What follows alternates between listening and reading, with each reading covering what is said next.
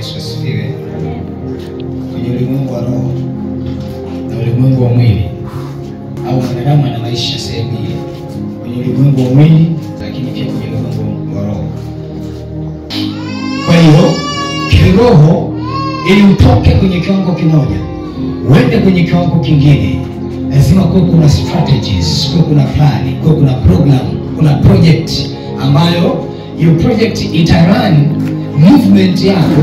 Hiyo project au hiyo jambo unaloendesha litasaidia ule mjongeo wako wa kutoka kwenye level uliopo kwenda kwenye level nyingine. Unajua, ukitaka kutoka kwenye level moja ya aina ya gari ama nyumba unayoishi, either ununue au upange, the measure of exchange pale is money. Kuna kitu kinaitwa currency. Currency kwa maana ya fedha au measure of exchange, lakini in the currency there is money. Kwa hiyo kwenye kitu kinachotumika kununua au kupata kitu kutoka kwa mtu, moja ya hicho kitu ni nini? Ni fedha. Kwa maana Mungu anasema hivi, fedha na dhahabu ni mali yake. Kwa ulimwengu wetu wa sasa, we are not using dhahabu. Dhahabu inakaa mahali benki ama kwenye wanakotunza huko duniani kama kitu ambacho baadaye kinaweza kikauzwa kikafanya mtu apate pesa yoyote inayopatikana kwa huo wakati au kwenye hiyo nchi. For God, it can change to any kind of currency, to any country or to anyone. Sasa ukitaka sasa hivi wewe hapa utoke kwenye level ya nyumba unayoishi kwenda kwenye nyumba nyingine, you need money. Either pesa utaitoa wewe au kuna mtu atatoa kwa niaba yako. Unaona hivyo vitu vilivyovivaa havina umuhimu na thamani sana vikiwa hivyo, ila hivyo ni pesa. Ukiitoa kwenye hali hiyo iliyokuwepo, ukileta kwenye pesa, itapendwa na itakuwa na thamani, kwa sababu ni kitu kinachotumika kubadilisha. Kwa vyovyote vile, you need money kwenda kwenye level nyingine. You need money. Yani hata uwe unafunga vipi, unaomba vipi, kuna vitu hauwezi kupata kama hauna pesa. Yani funga unavyoweza, fanya unavyoweza, but you need money. Unajua kuna watu wameshindwa kwenda kumwabudu Mungu wao kwa sababu hawana pesa ya kuwafikisha mahali wanatakiwa kuabudu. Unajua kuna mtu mwingine analala njaa, anaona maisha magumu kwa sababu amekosa pesa. Si kwamba chakula hakipo, kipo. The food is there. But what's money? So when you have money, you can reach, you can get, unaweza kufika, unaweza kupata chochote. Kwa sababu kuna thamani ya pesa au mali kuliko shetani kwenye moyo wa mwanadamu. Kila aina ya uovu unaoendelea, focus ya huo uovu is money. Kama unakuwa kwenye mitandao, go and check them. People they are ready to be embarrassed, wako tayari wajidhalilishe just for money. Mtu yuko tayari awe mtumwa, money. Yuko tayari aibe, money. Unaelewa vizuri? Kwa vyovyote mwanangu, unahitaji hela. Kuhitaji hela sio dhambi. Dhambi na shida kupenda pesa. Na Yesu alisema siku za mwisho watu watakuwa wenye kujipenda wenyewe, lakini watakuwa wenye kupenda pesa. Ukiona ametokea Mungu, kitu cha Mungu yetu hapa, kitu cha Mungu cha kufanya kanisani, ila mchango au chochote au kwenu, una ugumu wa kutoa na unayo moyo wako umependa pesa. Kwa Mungu alisema hivi, huwezi kutumikia Bwana wawili, kwa sababu utampenda mmoja utamchukia mwingine. Ili shetani akufanye uipende dunia, atakuweka kwenye mazingira ya kukufanya uipende pesa. Kuna njia au kuna vitu kwenye currency ambayo ni spiritual and the physical currency. Yani kuna fedha ya kiroho na ya kimwili ambayo ziko nne. Ya kwanza pesa, ya pili kipawa, kipawa chako. Yani mtu akiwa na kipawa, mwingine haoni shida kutoa kitu kumpa huyo mtu kwa sababu ya kipawa alichonacho. Kwa hiyo kuna namna kipawa chako kinaweza kikaleta vitu kwenye maisha yako. Ndio maana kuna watu wengine wanatumia vipawa vyao kama business. Ukitaka unabii utabiriwe, unakaa kwenye foleni 20,000 unaona nabii. Si kwamba mshaliwa ya zenu, lakini kipawa ndio kinafanya hicho. Kwa sababu wewe unaenda kulipia nini? Amenoa kile kipawa chake, kimefika kiwango cha kufanya kile kipawa kuleta pesa. Shida yako you are fool, kwa sababu unafikiri ukifanya biashara, ukifanya kila kitu you can get money. Ndio maana uko kwenye mipaka. Unafikiri peke yake tu ukienda kazini na ukarudi unapata pesa. Kipawa kinamuinua mtu hata kama aliokoka. Kwa sababu kipawa kinaweza kikavuta kitu kutoka kwa mtu bila yule mtu kuweka shida yoyote. Umeelewa? Usiponoa huna mahali unaenda na hamna mtu atakayekuja. Wewe unaimba, kwa nini usifanye kikaonekana? Kama hautakuwa na pesa, kuna mahali kwenye level fulani ya maisha hautaweza kwenda. Kuna mazingira unakaa kwenye mtaa au hayo mazingira wamejaa wachawi na ushirikina na mambo ambayo hayako sawa. Kitakacho kufanya uame hapo ukapange sehemu nyingine ni nini? Pesa. Si pesa? Au ukifika utanena kwa lugha. Kwa ukifika pale uta introduce money. Na yule mwenye hiyo nyumba atatambulisha pesa na hapa na nyumba napangisha 1,000,000. Kwa mtu mwingine akiona unaishi pesa, wow, unaishi vizuri. Lakini kinachotoa thamani ya kuonekana unaishi vizuri ni 1,000,000. Na atmosphere ya kiroho ya hilo eneo limebebwa na kiwango cha yule mtu. Ndio maana kwa maana yake ukitaka vitu unique you must have a unique money. Ukitaka Rolls Royce ile pale au private jet, unique money. Nina formula. Hizo formula sasa za kupata pesa nasema wiki ijayo. Ila leo nataka kukuonyesha hivi unahitaji hela. Ile ulionayo haitoshi kupeleka kwenye kiwango kingine. Na kuna vitu katika ufalme wa Mungu huwezi kufanya kwa sababu kuna pesa unakosa. Kama fedha ingekuwa haina thamani, Mungu asingesema fedha na dhahabu ni za kwake. Na aliyeweka mfumo wa kupata vitu kupitia pesa ni Mungu. Watu wengi hawajui aliyeweka mfumo. Mtu akitakaje lazima atoe pesa, sio shetani. Ni Mungu. Na huo mfumo Yesu mwenyewe ametumia. Kwa nini hujasoma Biblia? Yesu alipokuwa akitembea alikuwa na nyuma yake yuko Yuda ambaye ndo alikuwa amebeba mkoba. Yuda ndo alikuwa mwazini. Katika safari ya utumishi wa Yesu, pesa ilihitajika. Ndio maana tunakwambia changia. Kinachofanya to miss right now, it is money. Unaelewa?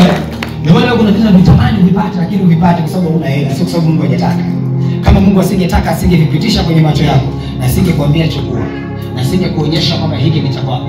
Ndio maana kuna ndoto na maono nayo na hayatokei sio kwa sababu kuna media of exchange unakosa. Unaelewa vizuri? Unaona maisha ambayo unayo ni kwa sababu una hela.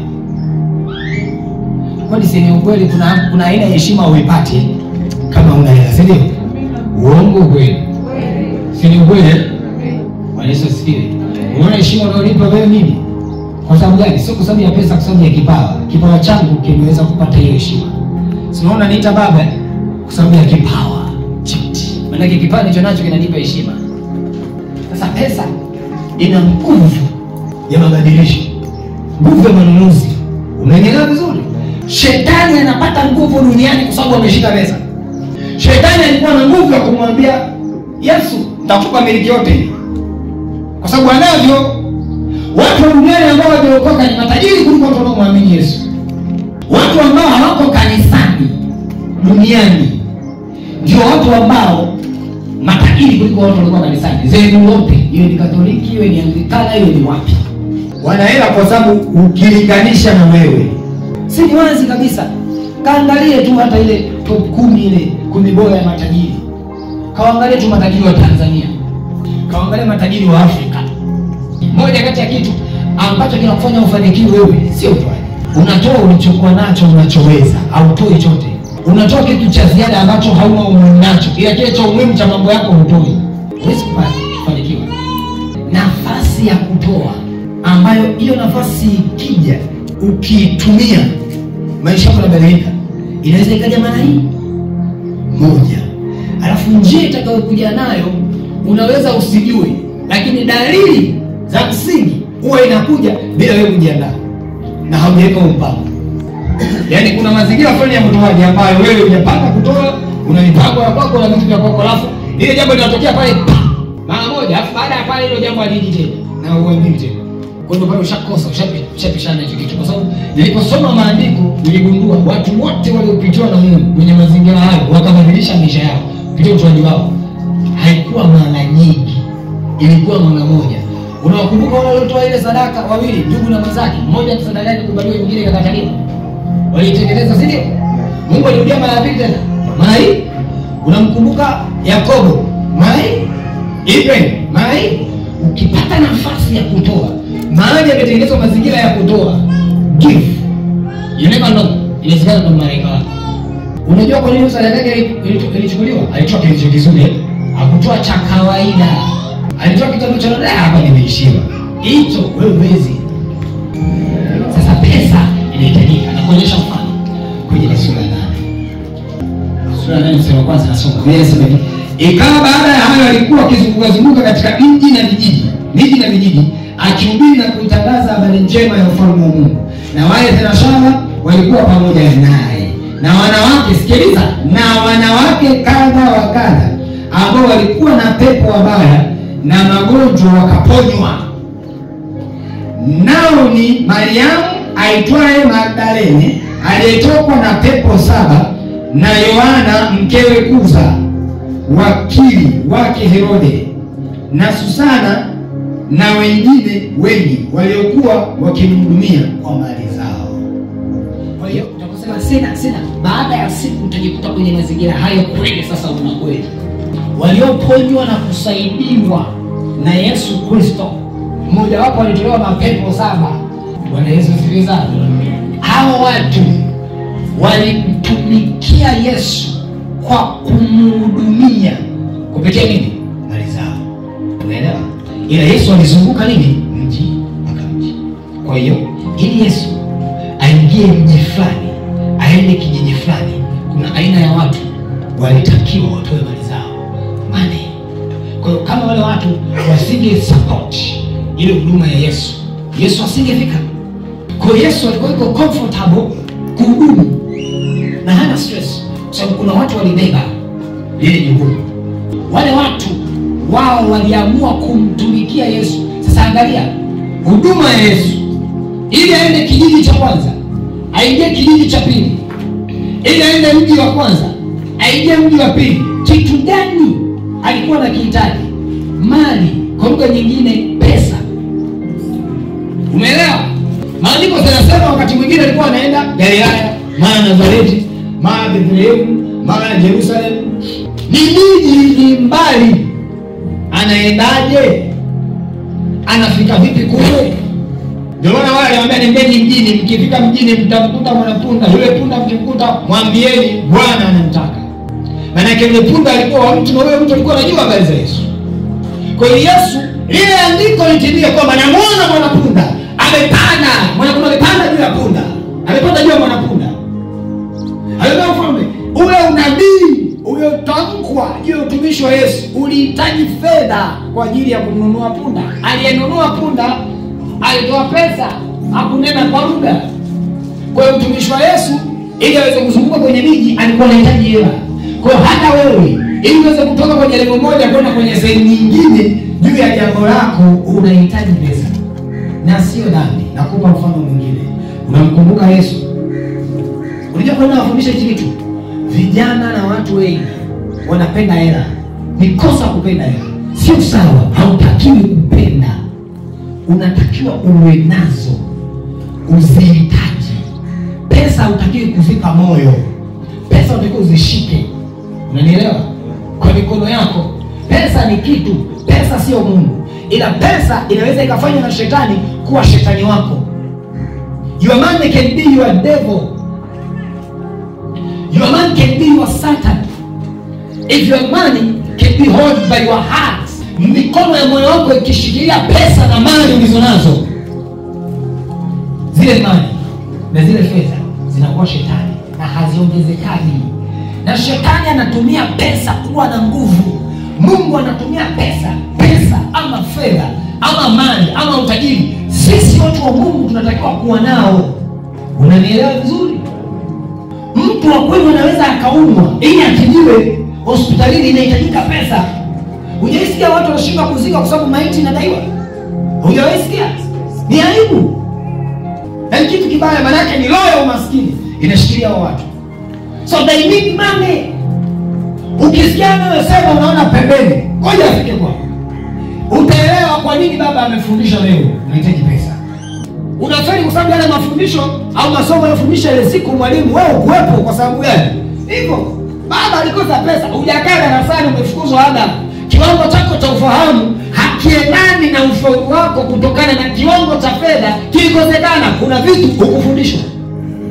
Ulipush kwa nguvu. Unaelewa ninachosema? Ndio maana kuna mwingine akirudia mtihani akapelekwa kwenye sehemu nzuri ya shule akalipiwa, anafaulu. Tatizo sio shule, sio vitabu. Tatizo quality na quantity unayoipokea inaendana na kiwango cha pesa ulionayo. Unaelewa? Yaani huu ni ukweli mwanangu, jipige wewe kwenye maisha yako. Check wewe umeishi vipi? Check kiwango cha uchumi cha familia yenu. Check wewe umesoma vipi? Utakuta uliunga. Yaani mtoto ashindwe. Kuna mwingine si kwamba hana akili. Unaona maisha magumu unapitia. Inawezekana ungesoma ungepata familia na kuna mali ungekuepo kwa sababu ulipata elimu. Sasa na shetani alije ujinga wanawake wengi ili wapate hela. Wanajua watapata kwa mwanaume. Wakati Biblia haijasema hicho kitu. Biblia inasema unapata pesa kwa kufanya kazi, lakini kipawa nitasema wiki ijayo vitu. Viko vitu vinafanya mtu apate hela. Ila kuna mwingine ni rais, akitaka nyumba, akitaka gari, akitaka pesa aongwe. Mahali zinapotoka hizo pesa inabeba picha ya kwako. Kwa hiyo anyone can see you prostitute. Mtu yote atakayeweza kukuona atakuona kahaba.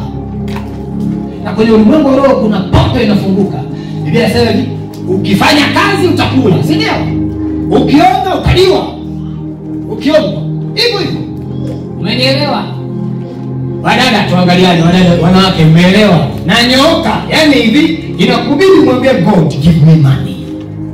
Ili mwanaume akija kwangu asije mimi nisiwe rais kwake kwa sababu ananihudumia. Umenielewa? Awe mwanaume kweli kwa sababu mimi na kila kitu, yani wewe isiwe unampenda au unakuwa na yeye kwa sababu unataka msaada wa fedha au kiuchumi. Kwa hata kama kuna wakati atakwambia usiende, usifanye hiki, fanya hivi, una nguvu na hajakuoa kwa sababu huli bila yeye. Kwa sababu Biblia mwanamke mzuri ni yule anayeweka kitu mezani asubuhi. Sasa wewe sasa kwenye ufahamu wako hauone kwamba pesa ina nguvu ya kuleta vitu, kwa una relax. Kwa vyovyote vile huwezi kwenda. Tension ya ndani ya kuipata pesa kwa sisi roho wa Mungu, ikiwa ni kwa ajili ya ufalme wa Mungu na ikiwa ni kwa ajili ya maisha tulionayo, kwa sababu yeye amesema mtachukua ufalme na vilivyokuwa huko ndani afu mengine tutazidishiwa. Yeye akasema mtapata mara 100 hapa duniani kisha uzima wa milele. Umeelewa? Alianza mtapata uzima wa milele, alianza mtapata mara 100 duniani kisha uzima wa milele. Maana yake tukiwa duniani lazima tuenjoy. Kumbukumbu la Torati sura ya 18, sura ya 8 mstari wa 18 inasema hivi, bali utamkumbuka Bwana Mungu wako, maana ndiye akupaye nini?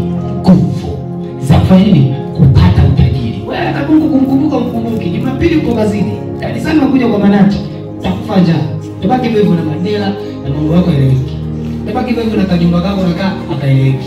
Utabaki hivyo na maisha yako hayaendi kwa sababu the power of God it comes from our God.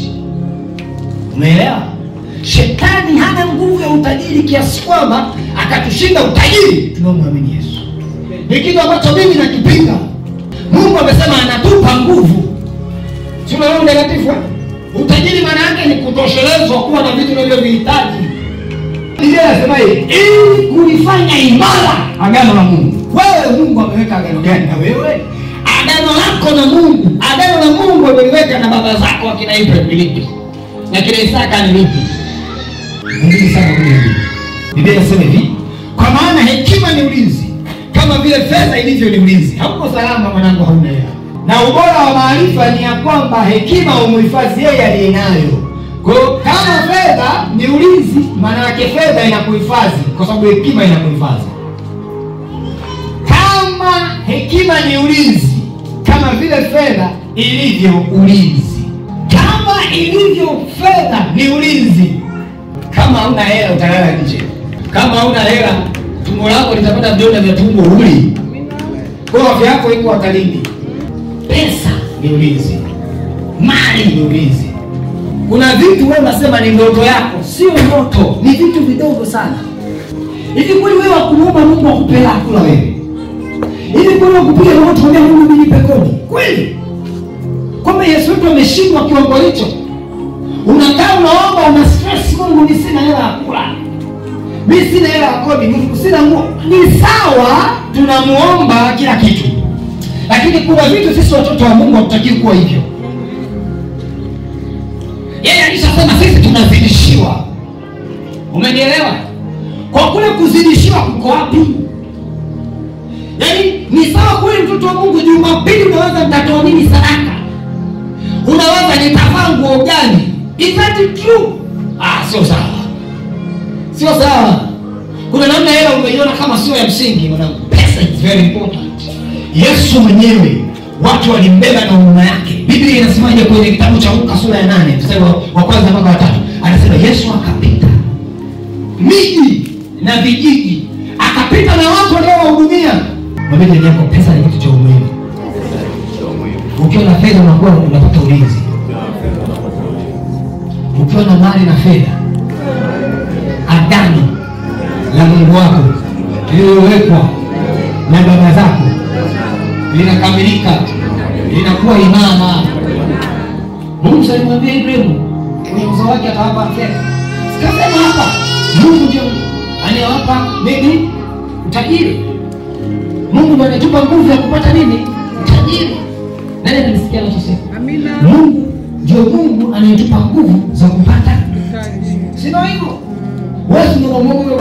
Amina. Aya, hekima na maarifa una, hata nguvu una. Bwana Yesu asifiwe. Amen.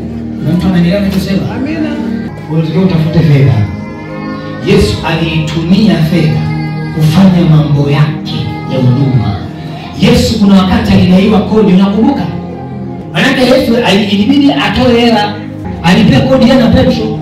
Yesu akafanya nini? Akatumia kipawa chake, akamwambia Petro nenda pale, akatumia kipawa cha Petro, afia akatumia mpako. Petro akaenda akavua samaki. Hauna hela si una kipawa. Hauna hela si una nguvu kubwa utajiri.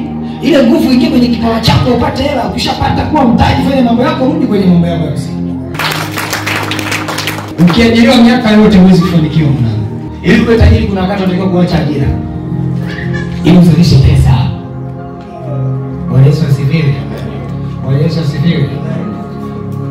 Yaani kwa vyovyote vile kile kitu ambacho kinaweza kuchukua mioyo ya watu wakafanya hicho kitu kuwa Mungu wao, kichukue wewe ili wale watu wamuone Mungu wao. Watu wanasikia anachosema. Tunachokosa ni hekima na maarifa. Moja ya maarifa hasa kwa watu waliokuwa kanisani, wamezoea kuona watu wa kanisani maskini. Na watu wanasemaga matajiri hawaendi kanisani. Kinachowafanya maskini wengi waende kanisani ni uhitaji, sio mioyo.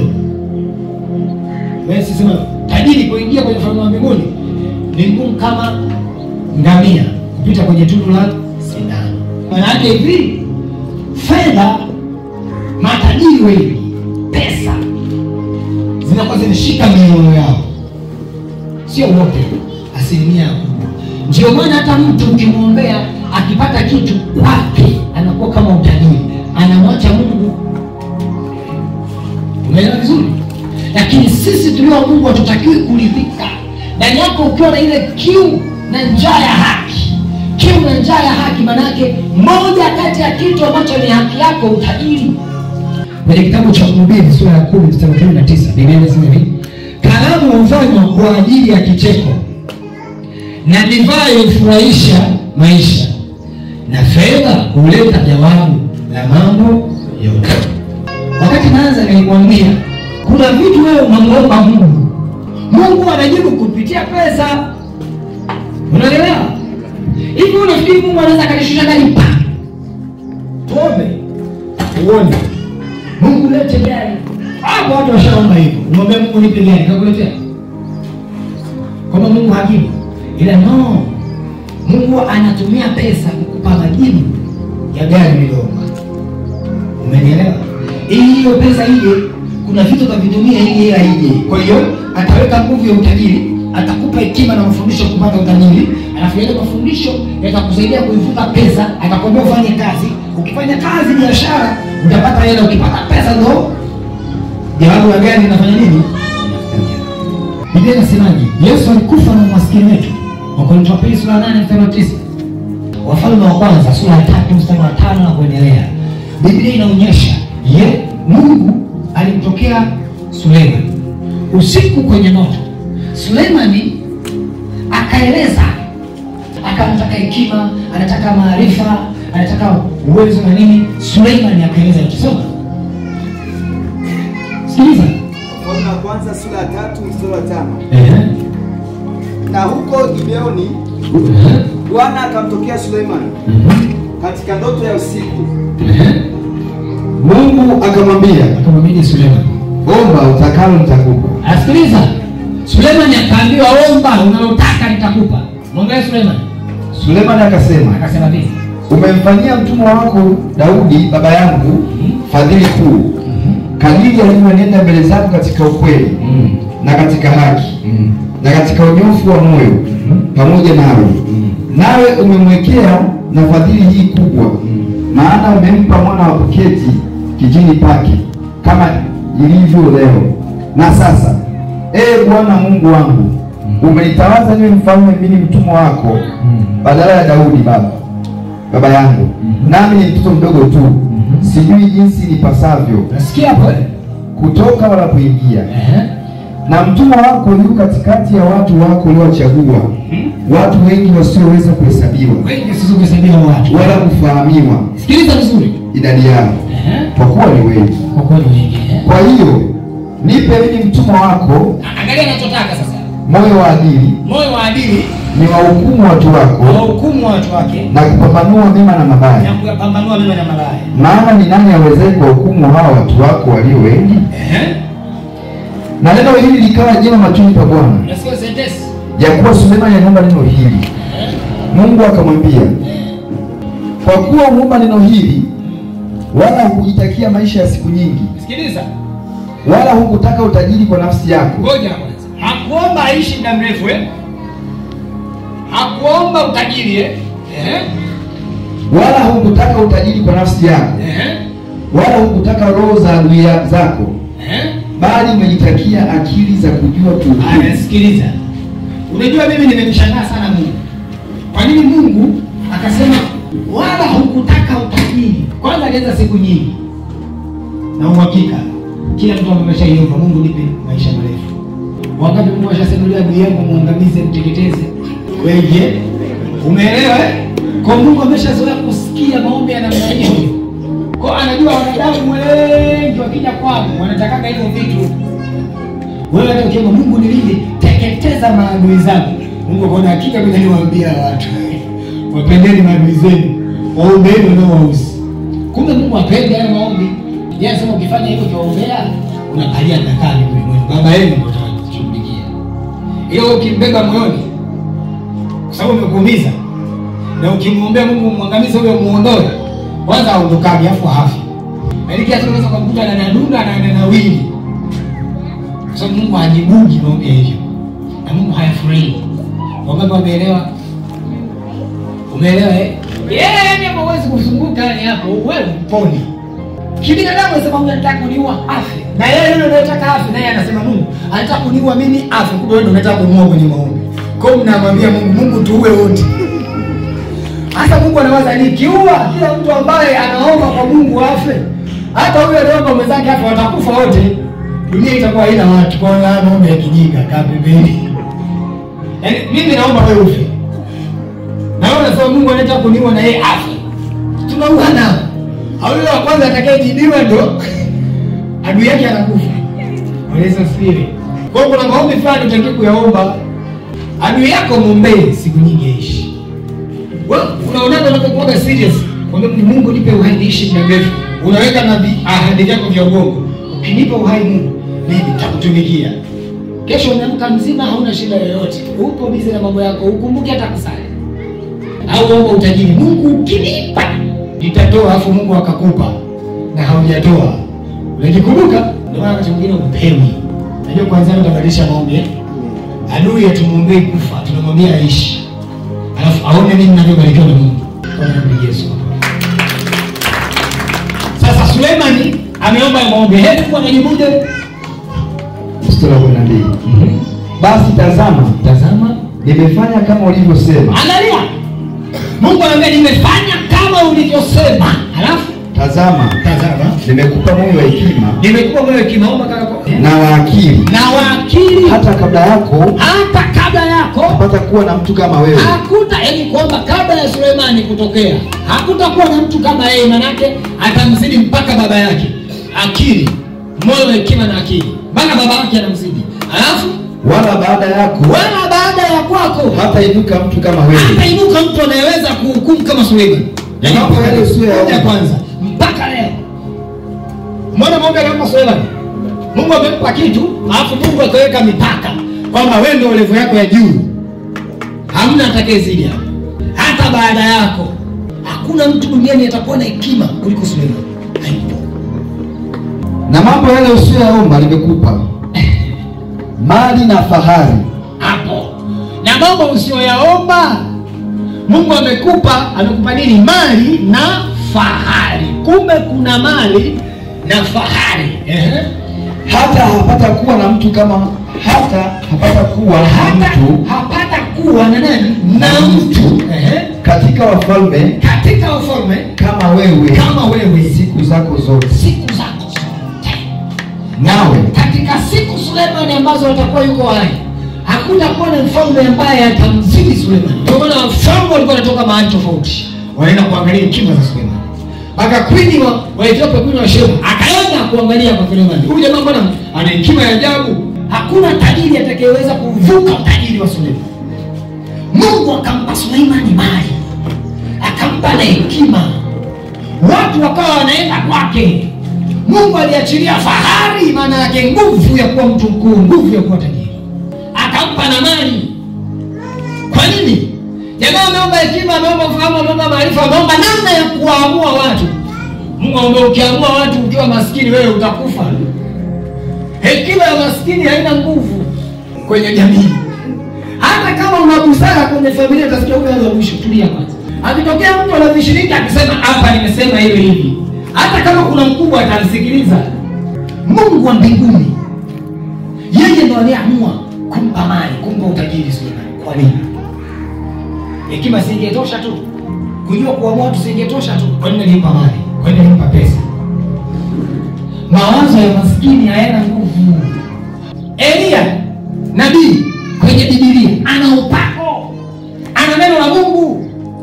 Elia akamwona kwa mama Zeta. Mama Zeta ana chakula kidogo, ukiunganisha na upako wako mtaishi. Sio ataishi nabii, mtaishi wote. Yaani kitu ulicho nacho na upako ulionao vikiungana unaishi. Wengine wanajuaje? When you support Jesus, when you support the man of God, una boost uchumi wako. Na mtu amenisikia anachosema. Mama Selenta alifanya. Umeelewa? Lakini sio kila nabii, tafuta nabii mwenye upako kama mimi. So utafute, ushanipata niko hapa. Umeona mama Selenta? Umeona wale wa mama, mmoja alikuwa wakili, mke wa wakili wa Herode. Mke wa wakili, yaani mke wa mwanasheria wa serikali niseme. Au mke wa mwanasheria watu aliamua kusapoti huduma ya Yesu. Yesu akaenda mjiwe vizuri, akaenda mjiwe vizuri. Umeelewa? Kasome maandiko, kasome historia ya wale watu. Kuna mmoja alikuwa na support watakatifu, kipawa chake ilikuwa ni kushona. Yeye anashona nguo za watakatifu, anawapa kanzu. Alipokufa watu wakakaza, akasema hawezi kufa huyo. Kama wewe hapo ukitafuta msaada, sikuna watu unajua nikienda kwa huyu nitapata hela, si ndio? Sikuna watu unao kwenye dunia huwa wanaona kama watu wanajipendekeza kwa wenye fedha. Ni formula ya kiroho. Yaani hata kama wataacha hao wengine, kuna watu watamfuata tu yule mtu. Ni kitu cha kiroho kile. Wale wamama walipoona Yesu kuna kitu anacho. Petro alikuwa na boti, anavua samaki, samaki hawapo. Yesu ana upako, akaenda akatumia boti la Petro kuhubiria. Baada ya pale ndo akamwambia kavue samaki. Umeelewa? Yaani kuna aina ya upako upati kutoka kwa mtumishi wa Mungu kwao mpaka utoe, au mpaka kipawa chako kitumike. Huo ndio ukweli. Jamani, umeona Petro? Yeye alikuwa anadaiwa kodi pamoja na Yesu, si ndio? Yesu alikuwa na uwezo wa kutafuta mtu yoyote. Bwana nilipia kodi. Kwani Yesu angekosa? Angepata. Yesu alikuwa na hao mama wanaomsaidia, angelipiwa, si ndio? Lakini angalia kitu cha ajabu. Angalia kitu cha ajabu. Yesu akamwambia Petro, nenda akavue. Aliboost kipawa. Ukiona kipawa chako, ipendekeze aidha kwa watu wa Mungu wenye upako. Jipendekeze kanisani. Una kitu hata kama hakujatangaza mchango, takufundisha kijana. Kiconnect. Ndio nataka sadaka ya kuconnect. Umeelewa? Sasa watu wengine wanatumia hapo kwa nini? Wewe una ujuzi fulani na utumia kwa Mungu. Ule ujuzi wako, kile kipawa chako kina connect na upako, inakuwa boom. Kwani Petro ilikuwaje? Alipotupa nyavu kikatokea kitu gani? Unataka kufanikiwa mwanangu, lazima utafute mtu mwenye upako. Akiconnect na kwenye kitu chako unakuwa. Umeelewa? Na kinacho connect ni utoaji na kutoa kipawa chako. Nyinyi hamjuani. Yaani nyinyi mnatabika mkija kanisani muombewe. Formula ya kiroho, yaani kwa sababu wewe nikikuombea mkitoka unabarikiwa sawa, lakini ile itakayofanya maisha yako ya move kabisa yabadilike, lazima uwe connected na upako. Na kinacho kuconnect na upako ni kusupport ile kazi ya Mungu kupitia mtumishi wa Mungu. Nani amenisikia? Picha ya kwanza, wewe usimuone mtu, usinione mimi. Angalia. Jamani, hii kazi mimi mwenyewe nimepewa, sio yangu, sawa? Muone master mwenye hii kazi. Kwa ukifika hapa kanisani unaangalia kitu gani nifanye kwa ajili ya yule master. Umeelewa vizuri? Alafu ukitaka kufanya kwangu mimi kama mimi mtumishi na familia yangu, unaangalia huyu ni mtumishi wa master, master anafanya kwa mtumishi wangu.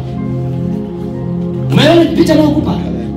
Ndio mama Seleta alisema kwa sababu wewe mtu wa Mungu umesema itafanya.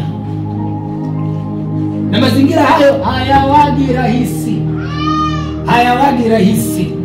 Magumu. Yaani mwanangu kasome Biblia kama unafikiri Tanzania, kasome watu waliofanikiwa. Kacheki walikutana na Mungu kwenye mazingira gani? Na kacheki walifanya. Amna hata huyu ambaye hajatoa, hayupo. Kama hajatoa kitu, ametoa kipawa. Unanielewa? Usiweke option. Shetani anataka kuweka option kwenye eneo la kutoa kitu. Unasema unajua ngoja nitoe kipawa. No. Bwana Yesu asifiwe. Nani anasikia anachosema? Unajua kwa nini mimi nasemaga kama unataka kufanya kitu kanisani, fanya. Unajua kwa nini nasemaga hivi? Kwa sababu moja. Inawezekana mtu atakutana na Mungu hapo. Moyoni mwako ukiwa unatoa si unawaza ninampa Mungu? Kwa maana yake lazima uhakikishe unayempa yupo. Kwa maana yake lazima uhakikishe yupo. Kwenye kanisa la kinabii, mimi nabii cheki upako. Na ukitaka kusupport mahali narudia tena, mahali ambako unaweza kubeba kitu chako, lazima hiyo madhabahu hiyo imekuhudumia. Nani anaelewa? Amen. Lazima hiyo madhabahu hiyo imekuhudumia. Cha kwanza lazima Mungu wako awepo. Cha pili lazima madhabahu imekuhudumia. Mama wa Seleta alikuwa na Mungu, Mungu akamleta nabii. Baada ya nabii kuja yule mama akahudumiwa. Wale wa mama wa support Yesu walitolewa pepo kwanza na Yesu. Walihudumiwa na formula ya Yesu kubwa. Walipohudumiwa wanatoa. Mahali ambapo wewe umepokea kitu cha kiroho, mahali ambapo Mungu kuna kitu anafanya kwenye maisha yako, give.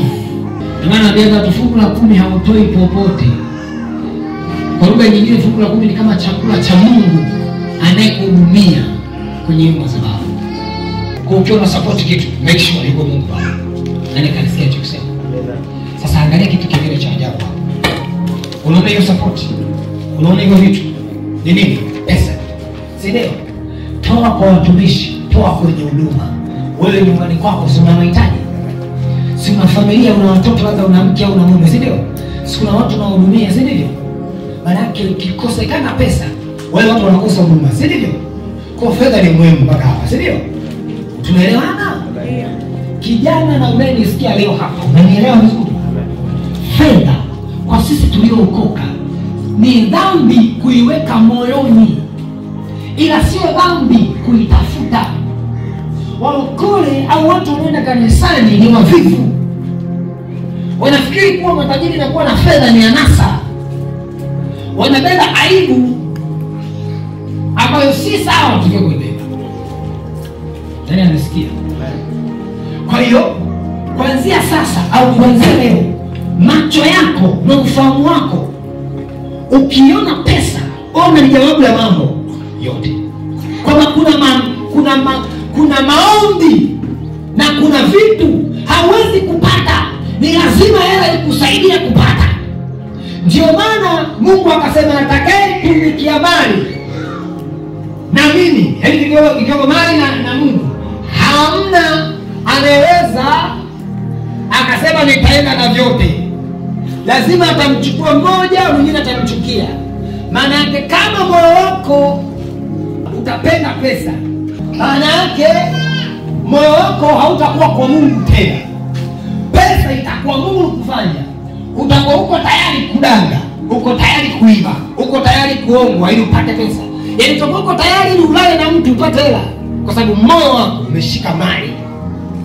Heri walio maskini wa roho. Kuna mtu mmoja kwenye Biblia, yeye alikuwa na pesa nyingi sana, akajaza vitu, akasema sasa nilale nipumzike, nile nishibe. Mungu akamwambia wewe mpumbavu, usiku huu unaichukua roho yako. Tunaita ndimaji wa haki. Maana yake unaweza ukafanya kazi na ukapata pesa, ukimkosa Mungu umefeli. Kwenye moyo wako Mungu kwanza, pesa lazima. Tafuta watu wenye nguvu, wana trend kwenye mitandao, wanafanya nini? Cheki wote focus yao ni moja, pesa. Cheki watu wa duniani wanaotengeneza manyimbo yao. Shetani nguvu alionayo sasa hivi duniani ni pesa.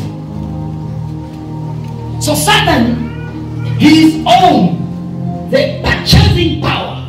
So if church lacking the purchasing power, it is dead. Pesa sio shetani.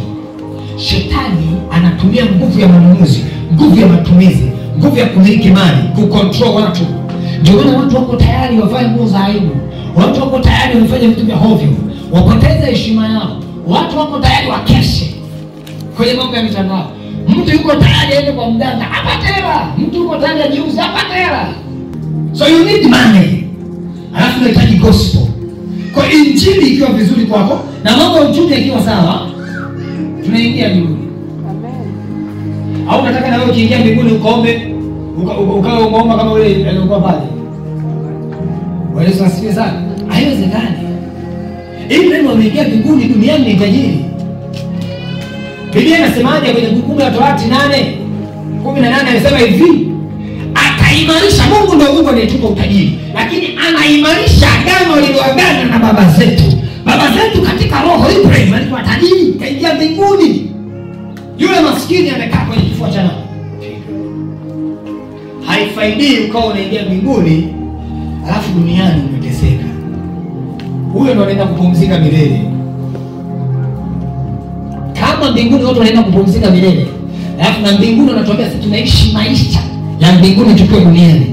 Maana yake sisi mpaka huko duniani tuna enjoy, kuna kupumzika. Na nimesikia kitu. Kuna kufanya kazi na kuna kushughulika na kazi. Ukiona na mihangaiko, mateso na unashughulika, something wrong somewhere. Umeelewa? Ninachofundisha, you can state, unaweza kusimama wewe. Unaweza kuzalisha vitu vya mwenyewe. Ndani yako kuna kitu Mungu ameweka, ila ni wewe tu hujaamua. Kuanzia leo amua kwamba ndani yangu kuna kitu, lakini hicho kitu huo ufahamu, haya maarifa, they can bring money to me, vinaweza vikaniletea fedha. Wewe haujui umuhimu wa fedha. Ikipotea hela yako umerelax, unashindwa kujua kwamba pengine kwenye ulimwengu wao kuna mapepo yanaruhusu, au kuna mlango umefunguka ndio maana imetapeliwa. Kuna mlango umefunguka ndio maana pesa yako inaenda. Wewe unachukulia kawaida. Kama unafikiria tania akawatafute watu ambao wana madeni, hayaishani. Kama unafikiria tania akawatafute watu ambao wanadai, yaani anadai halipi, bila akija kukopa tena anatoa na hajawahi kulipwa. Ni roho.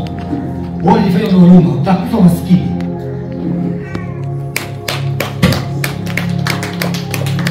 Ni roho. Kwa sababu mapepo yanajua huyu mtu ili hatuzuii pesa kuja kwake, ila tunaweka milango mingi ya kutoka hizo hela. Mara umepoteza, mara umenunua hiki, mara familia kuna hiki, mara kuna hiki, mwisho siku unaisha huna hela, hata sadaka huna. Maana pa kumtolea Mungu wako ili uendelee kupata baraka, upate fedha, hamna. Pesa zako zinaenda kufanya mambo ya watu wengine, ila pesa zako haziwezi kufanya jambo lako la sadaka kukupa baraka. Kuna mahali mlango uko wazi. Wewe upo tayari umpe mtu au upeleke mahali ambako hakuja kupa wewe pesa wala kukulinda, na unajua kabisa lile eneo ni la umuhimu na linahitaji kweli kufanyika kitu na ni la Mungu. Sasa kule haweki excuse kwamba hapana, sasa siwezi kutoa, nitatoa wakati ujao, hapa ngoja kwanza nifanye kwa Mungu. Wewe huwezi, ila hela kwa mtoto wako anatuma. Hela akula unayo, ya kununua uzo unayo, ndio maana hupati hela, ndio maana huwezi kukua. Kwa sababu Mungu anaona hivi, huyu hivi vitu alivyo navyo mimi nimempa. Ila hata katika kumpa hivi haoni umuhimu. Ndio maana biashara yako haikui. Ndio maana upo hivyo. Shida ni kwamba unaweka excuse kwa Mungu. Ada ya mtoto wako unailipa, na utaipambania ada ya mtoto wako utapata, na atasoma na utakopa. Ila sio kabisa, sio kwa Mungu wako. Wewe ajabu sana, wewe ajabu mno. Unajua ajabu, unajua ajabu wako ukoje? Alishika pumzi yako, aliyokuja unaweka excuse. Point yangu ni kujitetea kwake. Najua umenielewa hiyo, si ndio? Yesu asifiwe. Ikitokea kati ya Mungu na wewe, Mungu anataka kitu, unafanya kwanza kwake. Kwenye kutafuta tunaanza kutafuta ufalme wake. Kwenye kupewa Mungu anaanza kutupa vitu vya kwake. Umenielewa? Yaani unapoanza vya Mungu, na yeye Mungu anaanza kukupa vya kwako. Anasema mtamzidishwa mara 100 duniani kisha uzima wa milele. Ukijitoa kwa Mungu, ukifanya, yeye anaanza kukupa vitu vya maisha duniani, alafu anakuhakikisha kuingia mbinguni. Umeelewa? Kwa yale mambo unayoyatoa kwa ajili ya Mungu, Mungu atakupa yale na mbinguni unaingia. Nani anaelewa vizuri?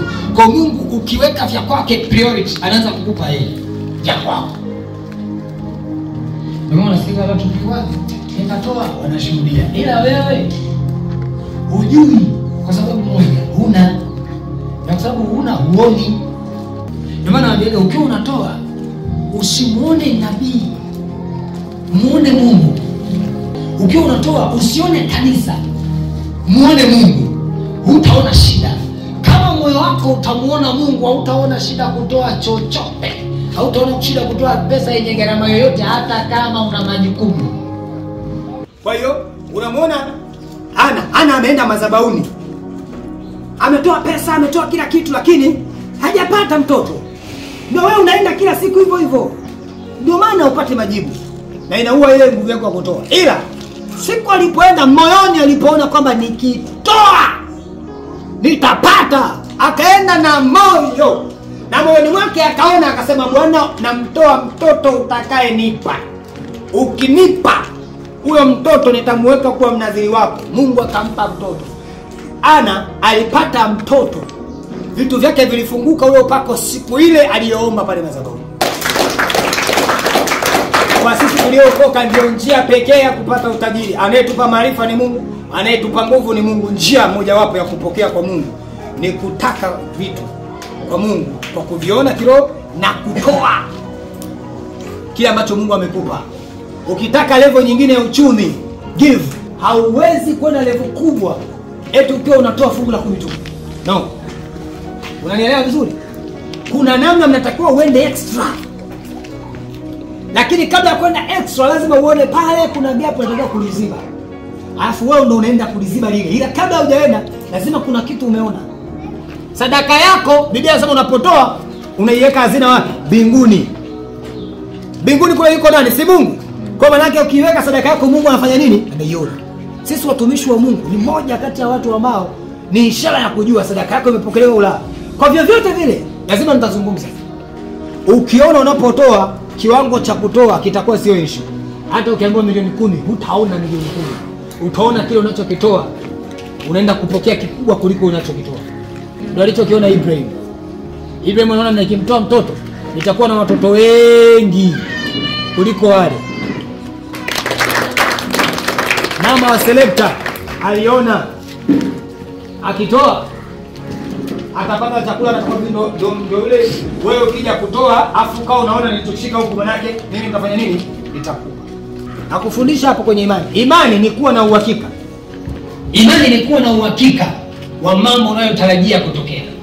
Ulipotoka nyumbani unakuja kanisani mama kosi kwamba ulijua kanisa litakuwepo, ibada itakuwepo, na dini itakuwepo. Sasa hivi ukaja kwa Yesu asifiwe, akafika mpaka hapa akakuta. Sasa hivi ulikuwa na mashaka, haujapiga simu, umekuja na uhakika kabisa, ndio okay. Ukiwa nyumbani nina uhakika wote kuna aina ya picha uliiwaza ya hapa kanisani kabla hujaja. Wakati unaweza kuja kanisani. Sasa mimi naenda kanisani, utawaza picha itakuja kwenye mawazo yako mazingira hapa kanisani. Utakuwa kama unaona kanisa kwenye mawazo yako, sio kweli? Wakati waliona hiyo ukiwa nyumbani. Kwa maana sasa naenda kanisani kuna picha ukaiona. Sio kweli? Hata ukitoka hapo sasa mimi naenda nyumbani, utapiga picha njia hapa au nyumbani. Lazima ile mazingira utayawaza. Hata wewe ukianza kwenda nyumbani kuna picha nyumbani kwako unaiona? Si ndivyo? Ndio. Haya. Hiyo ndio bayana yasiyoonekana. Ukiwa nyumbani kwako, hapa kanisani palikuwa panaonekana? Hapana. Hiyo ulipofika si ndio umepaona? Hiyo ndio imani. Umeelewa? Hiyo ndio imani. Imani acha leo nakwambia hivi. Mimi namwamini Mungu. Namwamini Mungu. Au unakwambia hivi, mimi naamini ila sijui kitu gani kitatokea lakini naamini. Hauwezi kuamini kama hauna hujui. Yaani Biblia inasema kwa imani tufahamu. Huwezi kuniambia eti mimi naamini tu. Sijui nini kitatokea. Ila ninaamini. Eti ni ukweli. Wewe haujui. Wakati unaamini kwamba hapa kanisa litakuwepo, kuna picha uliona. Ndio maana imani ni bayana ya mambo yasiyoonekana. Kwa hiyo kwa pale kwenu wewe uliona picha ya kanisani, mwingine hajaiona. Kwa kanisa lilikuwa bayana kwako. Kama tuko pamoja. Hiyo ni imani. Yaani ukisema mimi nitakuwa na mtoto, unamwona mtoto, alafu ndani yako una uhakika nitapata mtoto. Hiyo ndio imani. Kwa hiyo kile unachokiona ndani yako na una uhakika nacho ndio imani. Maana Mungu anasema hivi, aonavyo mtu nafsini mwake ndivyo alivyo. Aonavyo mtu. Angalia kuonyesha maandiko yanasema aonavyo mtu nafsini mwake ndivyo alivyo. Biblia inasema kimjaacho mtu ndicho kimtokacho. Biblia inasema moyoni mwenu likae neno, kumbe kwenye moyo ndio kuna kitu kinajaa. Kwa kinachomtoka mtu ndio kinachojaa.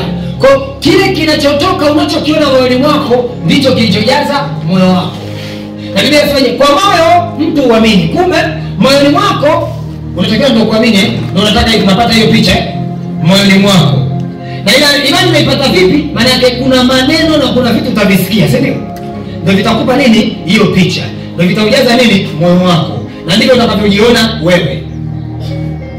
Kwa hiyo kama unamwamini Mungu anaweza kukuinua na ukaona mimi nitainuka, ile picha ya kuinuka ukaiona na ukawa na uhakika, alafu ukaingiza kwenye matendo ya kufikia kule kuinuka kwako, hiyo ndio imani. Unanielewa? Kama mtu alikuwa nyumbani akaona picha ya kanisa, najua kuna watu washaiona nyumbani, wakiwa nyumbani wakaona picha ya kanisani na wakaona uhakika nitaenda kanisani, alafu baadaye wakashindwa kuja. Maana ile imani yao imefanya nini? Imekufa. Kwa nini? Kwa sababu hawajaishi katika matendo ya kuja wapi? Kanisani. Kwa hiyo ile imani imeshafanya nini? Imekufa. Kwa hiyo wakati mwingine ukitaka kuamini kitu, jisemeshe. Jisemeshe. Soma neno la Mungu. Kwamba Mungu wangu anaweza. Mungu wangu anatosha. Mimi sio wa kawaida. Unatengeneza pesa. Isemeshe mane. Unachotaka pesa utaondoka kwangu. Utakaa kwangu. Utakuja. Hata kama sijakuita, utajileta mwenyewe pesa. Alafu unajiona mwenye fedha. Au navyo mtu nafsini mwake ndivyo alivyo. Ukishajiona, mafundisho haya nimefundisha leo ndio ya kwanza kupiga tu. Kutoa.